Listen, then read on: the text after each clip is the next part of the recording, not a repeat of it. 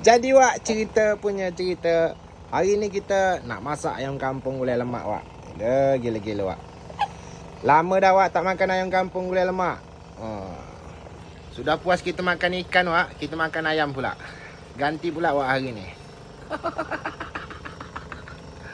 Nak kita unboxing dulu Wak ayam ni. Gila. Makan besar kita hari ni Wak.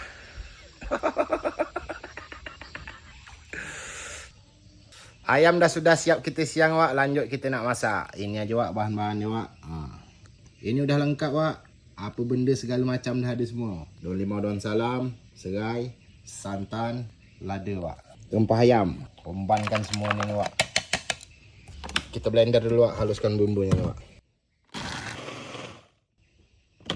Hombankan minyak. Sikit aja Wak minyak dia. Tak boleh banyak.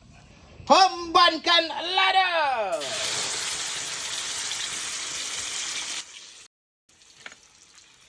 Kacau Wak Tan. Hombankan air asam.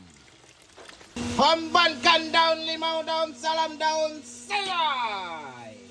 Hombankan reko. Hombankan masako. Hombankan marica bubuk.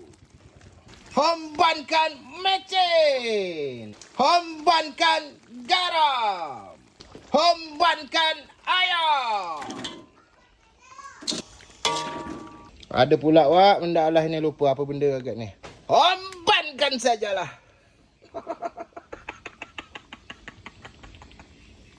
Jadi Wak, kita mesti kena tunggu sampai ayam ini betul-betul masak dan keluar minyak Wak. Barulah kita hombankan santan.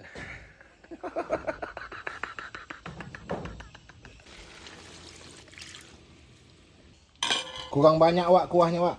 Hombankan kuah. Kacau-kacau terus Wak Tan sampai betul-betul masak santannya Wak. Kalau tidak masak Wak santan ni bisa sakit perut Wak, bocor-bocor Wak. Kacau terus Wak ya. Kalau tidak kacau bisa pecah santan, tak sedap lagi Wak. Macam mana Pan? Menyala Wak. Ai.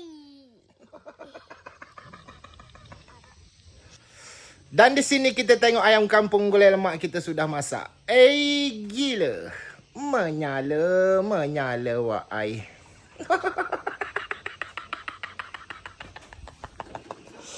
Gila Wak. Wak ai. Bapak-bapak sedap Wak. Ya Wak. Hombankan ayam lagi Wak. Bismillah.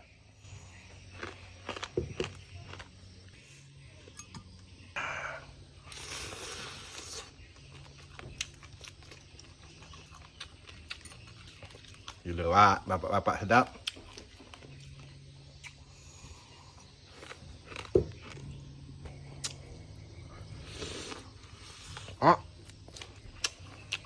Enggak hal mada Wak.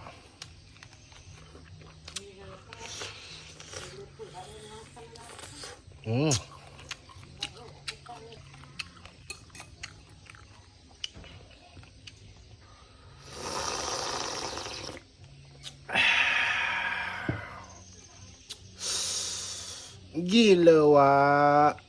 Menyala Wak ai.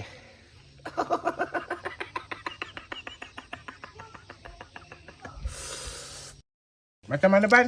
Menyala